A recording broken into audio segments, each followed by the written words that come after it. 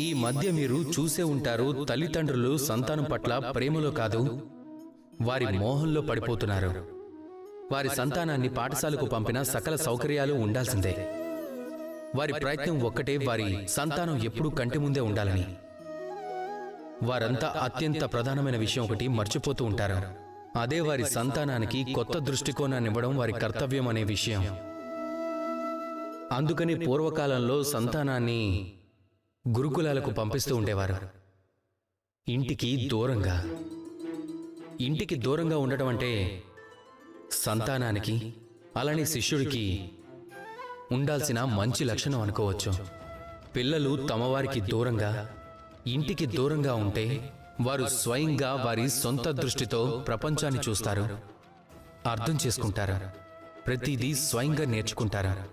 ఎప్పుడు ముందుకు దూకాలో, ఎప్పుడు వెనక్కి తగ్గాలో, అలానే ఈ ప్రపంచంలో ఎలా జీవించాలో అన్నది నేర్చుకుంటూ ఉంటారు. ఇవన్నీ తమరి దృష్టి నుండి నేర్పడం సాధ్యం కాదు.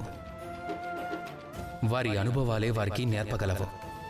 అందుకే గుర్తుంచుకోండి, తమరు తమ సంతానం వృద్ధిలోకి రావాలి అంటే ఒక్కోసారి వారిని మీ నుంచి దూరంగా తీసుకువెళ్లాల్సి వస్తుంది.